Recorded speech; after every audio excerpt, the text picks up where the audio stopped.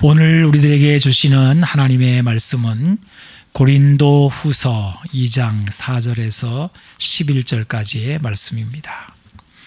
이 계시의 말씀을 제가 봉독할 때 하나님의 음성을 다 함께 들으시기 바랍니다. 내가 마음에 큰 눌림과 걱정이 있어 많은 눈물로 너희에게 쏟노니 이는 너희로 근심하게 하려 한 것이 아니요 오직 내가 너희를 향하여 넘치는 사랑이 있음을 너희로 알게 하려 함이라. 근심하게 한 자가 있었을지라도 나를 근심하게 한 것이 아니요 어느 정도 너희 모두를 근심하게 한 것이니 어느 정도라 하면 내가 너무 지나치게 말하지 아니하려 함이라. 이러한 사람은 많은 사람에게서 벌받는 것이 마땅하도다. 그런즉 너희는 차라리 그를 용서하고 위로할 것이니 그가 너무 많은 근심에 잠길까 두려워하노라. 그러므로 너희를 권하노니 사랑을 그들에게 나타내라. 너희가 범사에 순종하는지 그 증거를 알고자 하여 내가 이것을 너희에게 썼노라. 너희가 무슨 일에든지 누구를 용서하면 나도 그리하고 내가 만일 용서할 일이 있으면 용서한 그것을 너희를 위하여 그리스도 앞에서 한 것이니 이는 우리로 사탄에게 속지 않게 하려 함이라. 우리는 그 계책을 알지 못하는 바가 아니로라. 아멘. 어느 시인이 사람이라는 말과 사랑이라는 단어를 들여다보다가 이런 생각을 하게 되고 시를 지었습니다. 사람과 사랑은 받침 하나 차이인데 사람의 네모의 모서리를 사랑이 둥근 원으로 만든다. 이런 취지의 시를 썼습니다. 이 사람과 사랑에 대한 재미있는 발상입니다. 사람은 네모처럼 모두들 모서리가 있습니다. 그래서 서로 부딪히고 깨어지고 상처를 받습니다. 하지만 사람에게는 사랑이 있어서 네모의 각진 모서리를 둥글게 만듭니다. 여러분, 제가 이런 질문 한번 해봅니다. 세상에 어려운 일이 많지만 그 중에 어려운 일이 무엇일까요? 바로 누군가를 사랑하는 것입니다. 그래서 유행가 가사를 보게 되면 실감이 나는데요. 아주 오래된 유행가 가사입니다. 사랑은 눈물의 씨앗이다 그래요. 이런 가사도 있습니다. 그 시절 그 추억이 또다시 온다 해도 사랑만은 않겠어요. 이 가사를 짓는 사람들 보면은 머리가 좋은 것 같아요. 어떻게 그 짧은 한마디 속에 이렇게 감정을 담아 놓았을까 생각해 봅니다. 여러분, 이런 말은 사람이 사랑하는 것은 결코 쉽지 않다는 뜻입니다. 물론 이 사랑이 연인들 간의 사랑이겠지만 그러나 자식을 향한 부모의 사랑이나 또 우리 교인들 간의 사랑도 매 한 가지가 아니겠습니까? 사랑은 어떤 사랑일지라도 누가 해도 어려운 작업입니다. 오늘 우리가 읽은 본문에서 사도 바울은 자신의 마음에 큰 눌림과 걱정이 있었다라고 말을 합니다. 그리고 많은 눈물도 흘렸다라고 말합니다. 그 이유는 바로 이 고린도 교인들을 사랑하기 때문이라는 것입니다. 그냥 단순한 사랑이 아닙니다. 넘치는 사랑이라고 표현하고 있습니다. 사도 바울과 고린도 교인들 간에 무슨 일이 있었던 것일까요? 사도 바울이 이 고린도 사람들, 고린도 교인들을 만난 것은 두 번째 선교 여행에서였습니다. 이 이야기는 사도행전 18장에 기록이 되어 있습니다. 약 2년간 고린도에 머물며 고린도 교회를 세웁니다. 거기에서 참 너무 좋은 사람을 만나기도 해요. 로마서 16장 4절에 이런 말이 나옵니다. 그들은 내 목숨을 위하여 자기들의 목까지도 내놓았나니 나뿐 아니라 이방인의 모든 교회도 그들에게 감사하느니라. 이 그들이라고 하는 것은 아굴라와 브리스길라 부부를 말합니다. 이 두 사람, 이 부부를 만난 곳이 고린도 교회에서입니다. 그러니까 여러분, 너무 좋은 만남, 기가 막힌 사람을 만난 거예요. 참 귀하고 아름다운 사람들입니다. 또 거기에서 그리스보라고 하는 회당장이라고 하는 것은 회당을 관리하는 직책인데, 이 사람을 만나서 이 사람이 이제 예수를 믿게 되었는데, 사도행전 18장 8절은 당시의 상황을 이렇게 전합니다. 또 회당장 그리스보가 온 집안과 더불어 주를 믿으며 수많은 고린도 사람도 듣고 믿어 세례를 받았다. 그러니까 아굴라와 브리스길라, 자기의 그 목까지도 내어놓을 정도로 이렇게 헌신적이고 정말 좋은 사람, 또 꽤 직책이 높은 회당장 그리스보 뿐만 아니라 수많은 사람들이 이제 말씀을 듣고 예수를 믿고 사도 바울과 이렇게 관계를 갖게 되는 거예요. 여러분, 이렇게 뭐 좋은 일만 있으면 얼마나 좋겠어요. 하지만 고린도 지역에서 사도 바울은 어려운 일도 만납니다. 바로 유대인들이 막 들고 일어나 가지고 바울을 대적한 것이죠. 법정으로 막 끌고 가서 막 고소인지 고발인지 막 사도 바울을 막 고발을 합니다. 그래서 사도 바울이 곤욕을 치르는 내용도 같이 곁들여 있습니다. 여러분, 사도 바울이 이렇게 유대인들이 대적하고 막 고발을 하고 하는 이런 것 때문에 큰 눌림과 걱정, 많은 눈물을 흘렸을까요? 아닙니다. 그것은 바로 사도 바울이 전한 복음, 예수님을 믿은 사람들 때문에 일어난 일이었습니다. 이 고린도 교인들이 얼마나 가지각색들인지 별별 문제들이 다 터져 나오는 거예요. 끼리끼리 당을 짓지를 않나, 방언한다고 예배 시간에 막 벌떡 일어나가지고 다다다다 해가지고 예배 시간에 시끄럽게 하지를 않나, 교인들 자기들끼리 다투다가 막 세상 법정으로 멱살을 쥐고 끌고 왔는지 모르지만 가서 막 서로 고발을 하지를 않나, 급기야는 심지어 음행, 아주 부끄러운 음행을 하는 사람이 버젓이 교회에서 고개를 들고 다니는 일이 일어나게 됩니다. 이 즈음에서 사도 바울은 고린도를 떠나서 다른 지역에 가서 복음을 전하고 있었는데요, 이런 소식을 듣고는 염려를 해요. 교인들의 이런 부도덕하고 미숙한 삶을 걱정합니다. 그래서 이런 일을 바로잡는 편지를 보내게 됩니다. 부족한 지식은 더 가르치며 더해 주었고 부도덕한 일은 꾸짖으며 죄를 지은 사람을 치리합니다.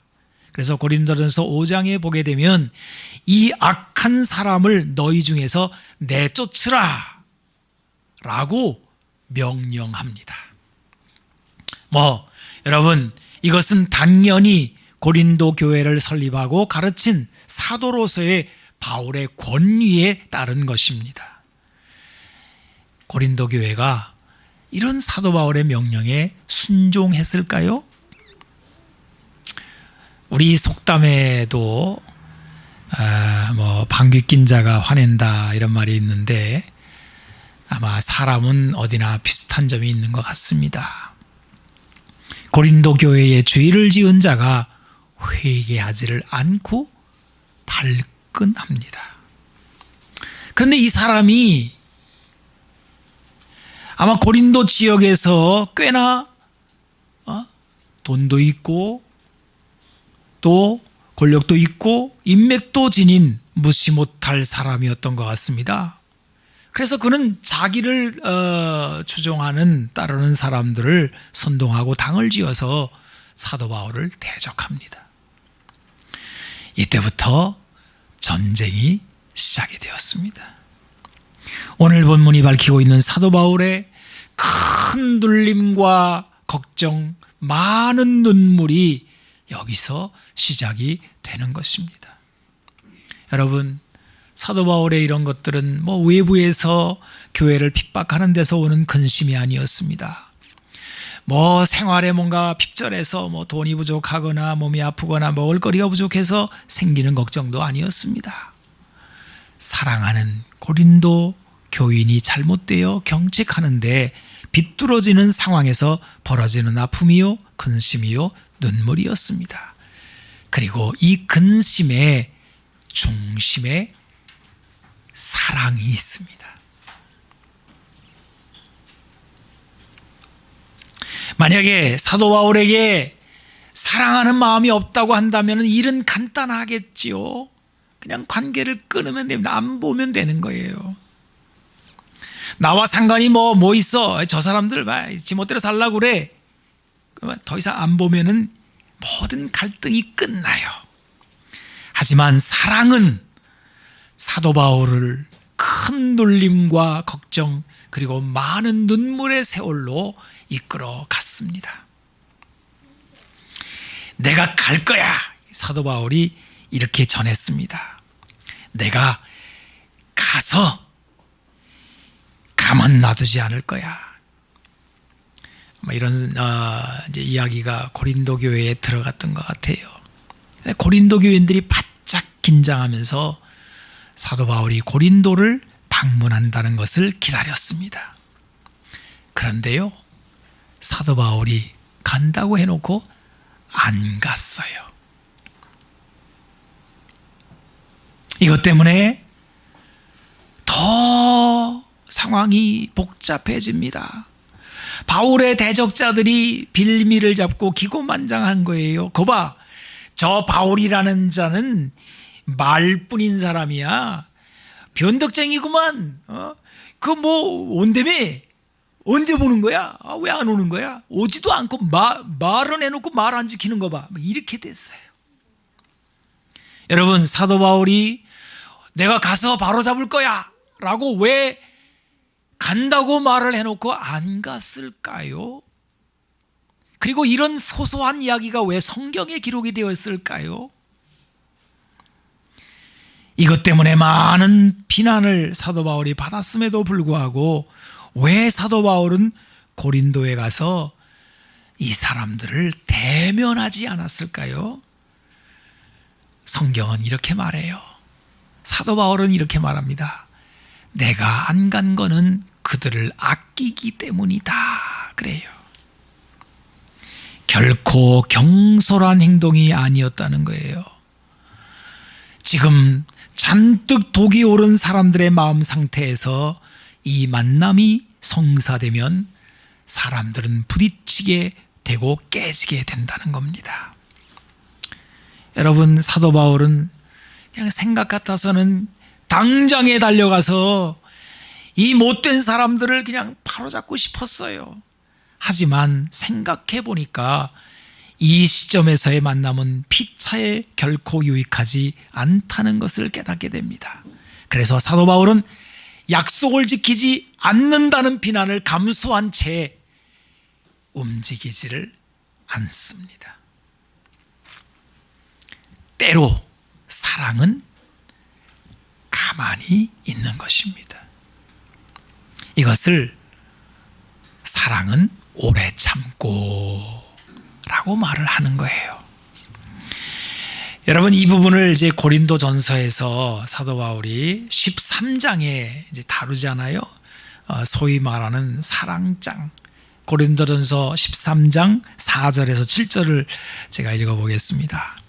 사랑은 오래 참고, 사랑은 온유하며 시기하지 아니하며, 사랑은 자랑하지 아니하며 교만하지 아니하며, 물에 행하지 아니하며, 자기의 유익을 구하지 아니하며, 성내지 아니하며, 악한 것을 생각하지 아니하며, 불의를 기뻐하지 아니하며, 진리와 함께 기뻐하고, 모든 것을 참으며, 모든 것을 믿으며, 모든 것을 바라며, 모든 것을 견디느니라.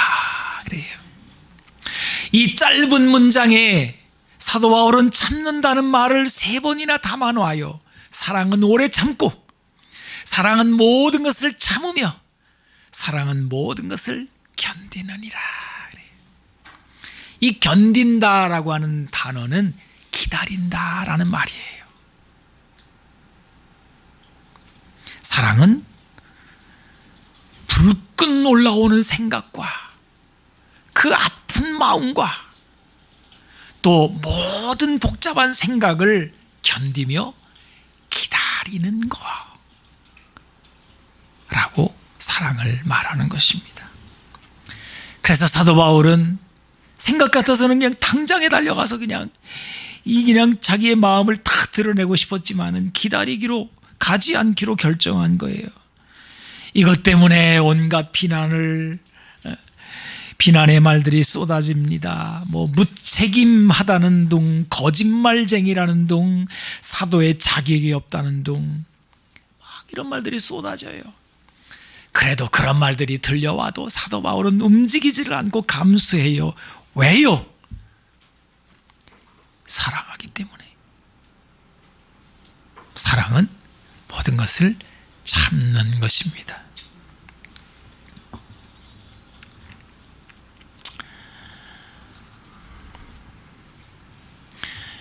여러분, 사람은 자기 몸을 사랑해요. 근데 자기 몸에 대해서 우리가 재밌다는 것보다도 교훈적인 경험들을 할 때가 있죠. 어디 상처가 나가지고 딱지가 앉았을 때 벌겋게 부어 있는데 또 이게 막 가렵고 막 힘드니까 이렇게 만져서 이렇게 또 보기 싫으니까 딱지를 띄고 싶어 해요. 근데 그때 띄면은 어떻게 돼요? 더 골마요. 그래서 힘들고 아프지만은 어떻게 해요? 가만 놔두고 그냥 가라앉을 때까지 기다려요. 그게 훨씬 더 자기 몸을 사랑한다는 것임을 우리는 다 경험했어요. 여러분, 다른 사람과의 사랑의 관계도 똑같다는 것입니다.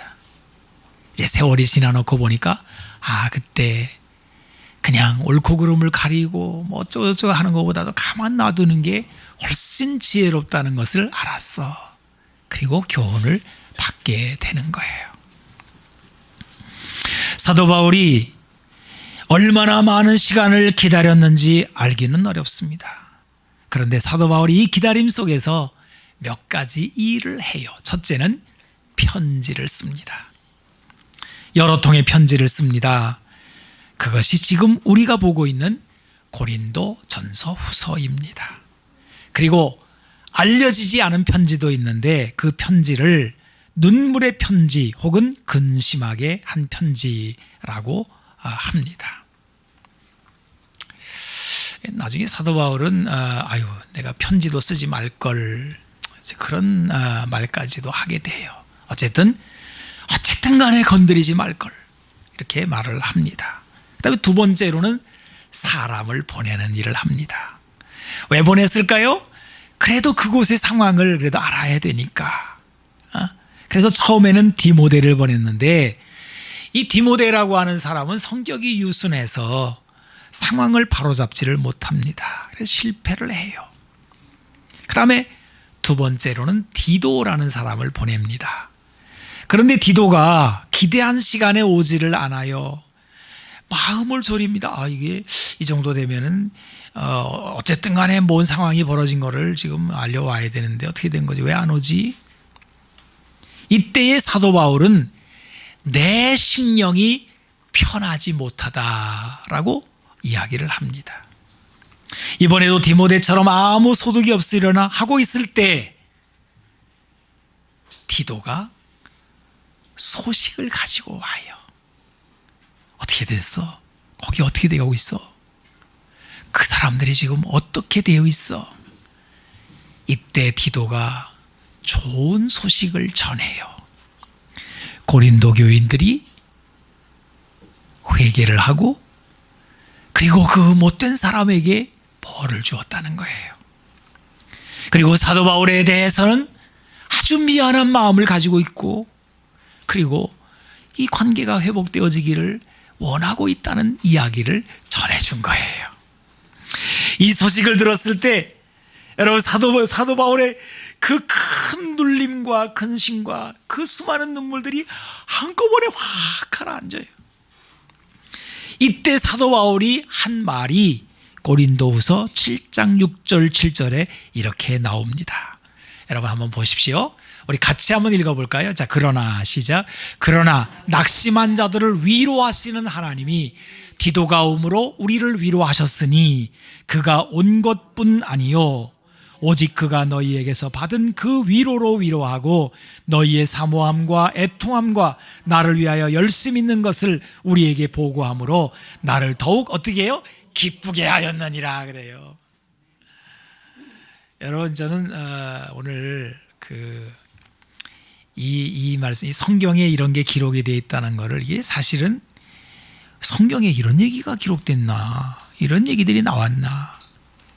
사도 바울이 그 깨어진 관계 막 사랑 때문에 아파하고 막 화도 나고 막 어떻게 해야 될까?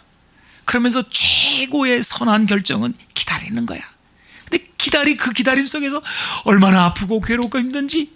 근데 드디어 디도가 와가지고 됐습니다. 사람들의 마음이 가라앉았고요. 이제는 화평한 마음으로 돌아왔고요. 뭐 이런 얘기를 전해 들었을 때 막 사도 바울의 그 감정의 본물이 팍 터지면서 하는 그런 얘기가 기록이 되어 있는 거예요. 드디어 이 근심의 끝이 보이기 시작했다는 거예요. 사도 바울은 이때를 위해 큰 눌림과 걱정과 많은 눈물에도 불구하고 기다려왔던 것입니다. 그리고 이제 때가 되어 갈등이 해결되고 있습니다. 사도 바울은 이것을 하나님의 위로라고 고백합니다. 여기 하나님이 등장하시고 있어요. 여러분 어떻습니까? 우리들이 뭐 가정에서 자녀를 기르다가 혹은 교회에서 교우 생활을 하다, 교인 생활, 신앙 생활을 하다가 또 이웃들과 관계하다가 뭐 수많은 갈등과 상함과 이런 아픔들이 있지요. 그럴 때는 하나님은 안 보여요. 하나님이 저런 나쁜 놈은 벌을 줘야 되는 거 아니야? 이렇게 생각할 때도 있었지만 하나님은 아무런 일도 안 하시는 것 같고 아예 하나님이 안 계신 것 같을 때도 있어요. 그런데 어느 시점 어느 순간에 딱 하나님이 지켜보시고 계셨구나. 하나님이 우리 상황을 우리보다 더 마음 졸이고 아파하시면서 이 상황을 주도하고 계셨구나. 그리고 하나님이 이것을 해결해 나가고 계셨구나 라고 하는 하나님의 그 위로를 확 밀려드는 하나님의 평안은 그 위로를 느낄 때가 있어요. 바로 이 시점, 오늘 읽은 본문의 시점이 그 시점인 것이에요. 그래서 고린도 후서를 읽어보게 되면 이 위로라는 말이 굉장히 많이 나와요. 그냥 고린도 후서 1장에 들어가자마자 사도 바울이 1장에 들어가자마자 인사부터 하고 간단하게 인사하고 나서 3절로 7절까지 무려 10번이나 이 위로라는 단어를 이렇게 쏟아내요. 여러분 한번 읽어보겠습니다.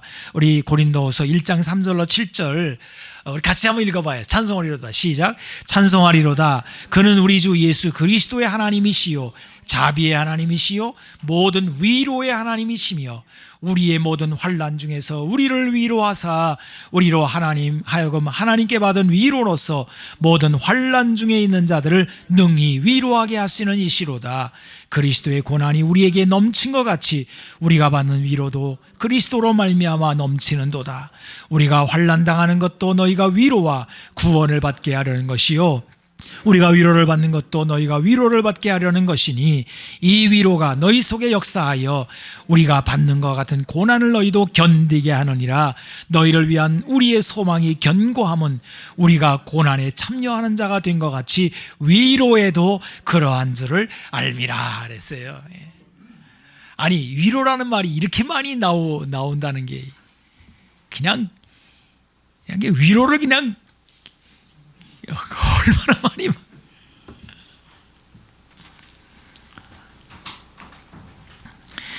고린도 교회는 갑자기 교회가 분란에 휩싸이며 모든 교인들이 고통을 겪었습니다. 여러분 집안에도 그렇지 않나요? 뭐 애들이 문제가 아니고 부부가 싸웠어요. 엄마 아빠가 막 대다 싸웠습니다. 그러면요 애들도 다 고통을 당하는 거예요. 멀리 계신 부모님까지도 다 염려하고 어이구 쟤네들이 혹시 갈라서면 어떻게 큰일 난 거 아니야? 온 집안이 그냥 여러분 다툰 거는 한두 사람인데 온 집안이 다 고통을 당하는 이유가 뭐예요? 그거는 가족이기 때문에 그래요. 다 연결되어 있단 말이에요. 교회가 그런 거예요. 이 고통의 진원지는 어느 한 사람이 죄 지은 사람입니다. 그리고 이것 때문에 가장 큰 고통을 겪은 사람은 사도 바울이에요.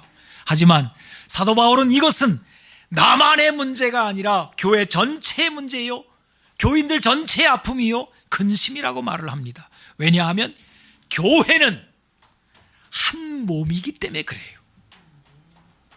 그런데 때가 되매 하나님이 위로해 주셨다는 거예요. 잘 참고 견딘 사람들을 위로해 주셨습니다. 고난이 그 고통이 온 교회에 다 미친 것 같이 하나님의 위로도 모든 사람에게 미쳤다는 거예요. 고난이 넘치면 위로도 넘쳤다는 것입니다. 이것을 지금 우리는 보는 거예요. 그리고 또 하나 있습니다. 이제 이런 어려운 일들이 다 지나가는 시점에서 보너스가 주어져요. 그 보너스는 교훈입니다. 오늘 저는 두 가지를 찾아볼 수 있었는데요. 첫째가 뭐냐 하면 마귀가 어떻게 움직이고 있는지를 알게 됐다는 겁니다. 그래서 오늘 본문은 뭐라고 말하냐면 사탄의 계책을 주의하라. 여러분 11절을 보시면 이렇게 되어 있어요. 이는 우리로 사탄에게 속지 않게 하려 함이라. 우리는 그 계책을 알지 못하는 바가 아니로라 그래요. 여러분 이런 교회가 이렇게 막 서로 간에 갈등하고 막 아파하고 하면요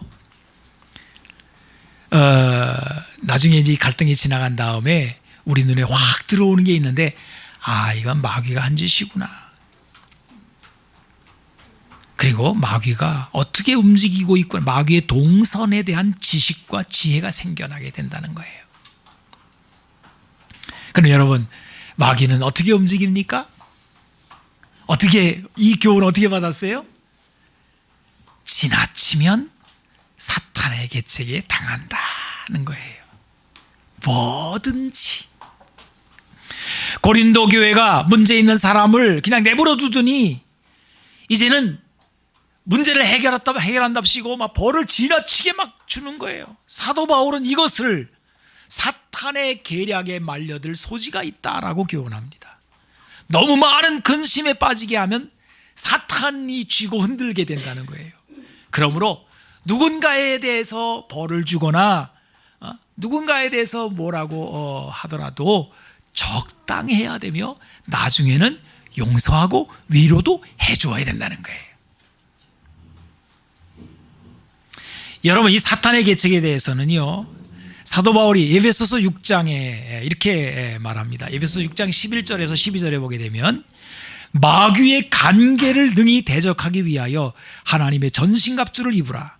우리의 씨름은 혈과 육을 상대하는 것이 아니요 통치자들과 권세들과 이 어둠의 세상 주관자들과 하늘에 있는 악의 영들을 상대함이라 그랬어요. 여러분, 마귀의 간계는요 아주 교묘합니다. 그래서 우리가 지혜를 얻지 않고 만약 우리 성질대로 이게 이제 혈기라는 거거든요. 우리의 씨름은 혈과 육에 대한 것이 아니다 한 거는 뭐냐면, 야 너희들 성질 조심해. 잘못하면 마귀한테 잡혀서 휘둘려. 이제 이런 말인 거예요. 우리의 싸움은 성질과 싸우는 싸움이 아니라는 거예요. 이것을 교훈으로 보게 되었다는 것입니다. 그래서 여러분, 이제 우리가 살아가는 동안에 갈등과 상함이 있지만은 이제 이것이 지나간 다음에 아주 소중한 지혜가 생겨요. 이게 하나님이 주시는 보너스인데요. 그게 뭐냐면 마귀가 어떻게 움직이는지에 대한 지혜가 생기는 거예요. 마귀는 항상 도를 지나친 것을 좋아합니다. 그때부터는 사단이 쥐고 흔드는 거예요. C.S. 루이스가 악마에게서 온 편지라고 하는 이제 그런 이제 책을, 간단한 책인데 쓰는데 거기에 그런 얘기를 해요. 마귀는 항상 분수를 지나치는데 요거 때문에 꼬리가 잡힌다 그래. 재밌는 얘기입니다. 여러분, 사단이 안 보이거든요. 마귀가 보이나요? 뭐 우리가 마귀 그러지만 조심해야 됩니다. 아무한테나 마귀란 말을 하면 안 돼. 근데 우리가 이제 지혜를 얻게 되면 항상 마귀가 꼬리를 보이네 할 때가 언제냐 하면 지나칠 때라는 거예요. 화를 지나치게 낼 때, 벌을 지나치게 줄 때, 그때는 벌써 마귀가 와서 쥐고 흔든다는 거예요. 이게 마귀의 계책이라는 겁니다. 그래서 여러분, 예수님을 구주로 믿는 사람들은요, 우리가 너무 많은 상처를 받고 너무 많은 아픔을 겪었지만은 그것을 항상 도를 넘게 하면은 나 자신도 마귀에게 휘둘린다는 걸 알아야 된다는 거예요. 전에 제가 아주 젊었을 때 이제 목사 안수를 받고 얼마 안 됐을 때입니다. 그때 이제 부목사로 있을 때인데 이제 서울에 있을 때입니다. 그때 이제 노량진 교회에 리민식 목사님이 총회장도 지나시고 아주 존경받는 목사님이신데 우리 젊은 목사님들만 모아놓고 세미나를 하신 적이 있어요. 근데 그때 무슨 얘기를 하셨느냐 하면은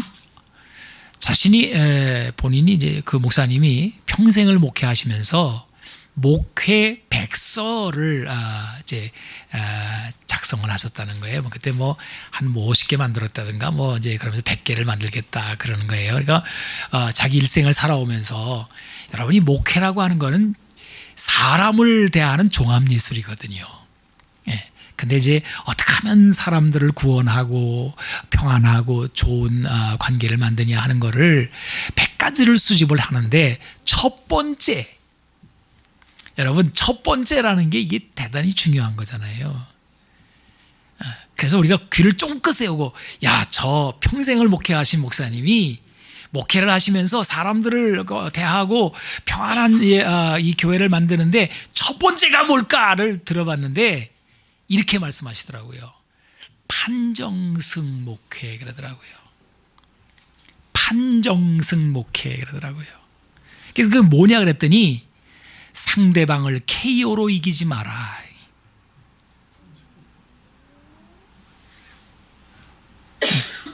여러분 어떠세요? KO로 이기면 기분이 무지하게 좋죠. 내가 100% 옳고 저게 100% 잘못됐다 그러면 기분이 좋을 거예요. 근데 그럼 어떻게 된다는 거예요? 마귀가 쥐고 흔든다는 거예요.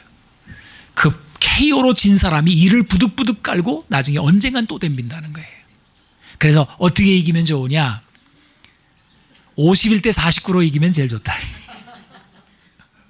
그건 제가 생각한 거예요. 그 말씀은 본인이 안 하셨는데, 여러분 59대 40 51대 49로 이기면요 내가 이겼는지 졌는지도 몰라요. 기분이 묘합니다. 뭐가 아주 깨름직하다고요. 근데 판정승복회 이게 첫 번째예요. 너무 지나치지 말아라. 사도 바울은 말합니다. 사탄에게 속지 말아라 그러는 거예요. 그다음에 두 번째 교훈은 뭐냐면 사랑은 명령할 수 없다는 거예요. 여러분 오늘 본문 8절을 보시면 그러므로 너희를 구원하노니 사랑을 그들에게 나타내라. 여기 사도 바울은 고린도 교인들을 향하여 그 사람 죄를 짓고 문제가 있는 사람이지만 지나치게 대하지 말아라. 그리고 사랑을 나타내라. 내가 권하노니 그래요. 여러분이 권한다는 말은요 명령이 아닙니다. 내가 부탁한다 그 말이에요. 사도 바울이 누구입니까? 고린도 교회를 세운 사람입니다. 사도입니다. 권위가 충분한 사람이에요. 내가 명령해 그냥 사랑해 할 수 있어요. 근데 사랑은 명령할 수 없다는 거예요. 사랑은 권위로 밀어붙일 수 없다는 겁니다. 여러분 우리가 자녀 길러보면 다 알 수 있어요. 자녀를 길러보면 다른 건 다 할 수 있어도요 사랑은 강제가 안 된다는 것을 알게 됩니다. 하나님이 우리를 사랑하실 때도 강제로 못 하신다는 것을 말씀하십니다. 사랑은 강제로 되는 게 아니에요. 그래서 사도 바울은 권한다라고 말을 해요. 너희를 권하노니 사랑을 그들에게 나타내라 라고 말합니다. 이제 말씀 한 절 읽고 말씀을 마치려고 합니다. 고린도 후서 10장 1절에도 똑같이 나오고 있습니다. 너희를 대면하면 유순하고 떠나 있으면 너희에게 대하여 담대한 나 바울은 이제 그리스도의 온유와 관용으로 친히 너희를 권한다 그래요. 기가 막힌 말씀입니다. 온유와 관용. 누구의 온유와 관용이에요? 예수님의 온유와 관용으로 너희를 대한다 그래요. 여러분 저는 오늘 이 말씀을 준비하면서 하나님 우리 공동체에 어떤 말씀하시기를 원하십니까? 할 때 이 마음을 주셔서 제가 말씀을 전합니다. 그런데 마침 막 그냥 전염병이 창궐해가지고 교회 주일 모임까지도 모여야 되냐 말아야 되냐 오늘 각 교회마다 난리가 났을 거예요. 막 집회를 해야 되나 말아야 되나 뭐 이렇게 되는 판에 아니 하나님 이 메시지가 맞나요? 지금 뭐 전염병에 대한 말을 해야 되는 거 아닙니까? 그랬더니 주님이 제 마음속에 주시는 마음은 그 마음이에요. 아니야. 전염병도 중요하지만은 교회는 그리스도의 온유와 화평이 중요해. 이 세상이 온유와 화평을 잃어버렸어 그 말이에요. 여러분 어디 가든지 다 독해요. 사람들이 정치판에 가도 독하고 상대방을 막 죽이려고 해요. 막. 교회 가도 독하고 학교 가도 독하고 다 사람들이 독해요. 사나워요. 그런데 이건 전염병보다 더 무서운 거예요. 그리스도의 온유와 관용으로 너희를 대하고. 여러분 부드러워져야 됩니다. 누가 그러대요? 이빨은 깨져도 혀는 깨지지 않는데요. 부드러우니까. 이빨은 강하니까 깨질 수 있다는 거예요. 우리는 다 부드러워져야 돼요. 다 온유해져야 돼요. 그리고 이 온유함 속에서 그냥 잘못하고 문제가 많지만은 이제 다 풀어지고 그래 괜찮아. 나 너 사랑해. 나 기다려줄게. 이렇게 하는 가운데 세상이 다시 주님의 화평으로 바뀌어지는 거예요. 이게 하나님과 화평하고 사람들끼리 화평하고 자연 만물이 화평하게 되면요 세상의 모든 것들이 다 자리를 잡아요. 막 가시와 엉겅퀴를 내던 자연 만물도 회복되어지고요. 그리고 막 독한 전염병 같은 것도 다 사라지게 돼요. 이게 하나님께서 원하시는 화평인 거예요. 지금 교회에 필요한 이 땅에 필요한 것은 그것인 것입니다. 기도하겠습니다. 주님 감사합니다. 하나님 우리에게 주님의 온유와 그리고 화평을 우리에게 더하여 주셔서 독한 마음들이 사라지게 도와주시고 서로 용서하며 서로 참아주며 그리스도 안에서 회복되어지는 일들이 교회 공동체 안에, 가정 공동체 안에, 이 나라 민족 공동체 안에 일어나게 하여 주시옵소서. 하나님, 어려운 때를 만났습니다. 독한 전염병이 온 세상에 이렇게 창궐하지만 그러나 하나님, 우리는 이 전염병보다 더 독한 것이 미워하는 마음, 용서하지 않는 마음, 상대방을 죽이려고 하는 마음인 것을 우리가 알아서 주님 지나치지 않게 하여 주시고 마귀가 발붙이지 못하는 그러한 주님의 마음의 삶을 살게 하여 주시옵소서. 이것이 교회로부터 흘러나가서 세상을 적시며 세상을 화평으로 도모하는 그러한 때가 되게 하여 주시옵소서. 우리 구주 예수님의 이름으로 기도하옵나이다. 아멘. 아멘.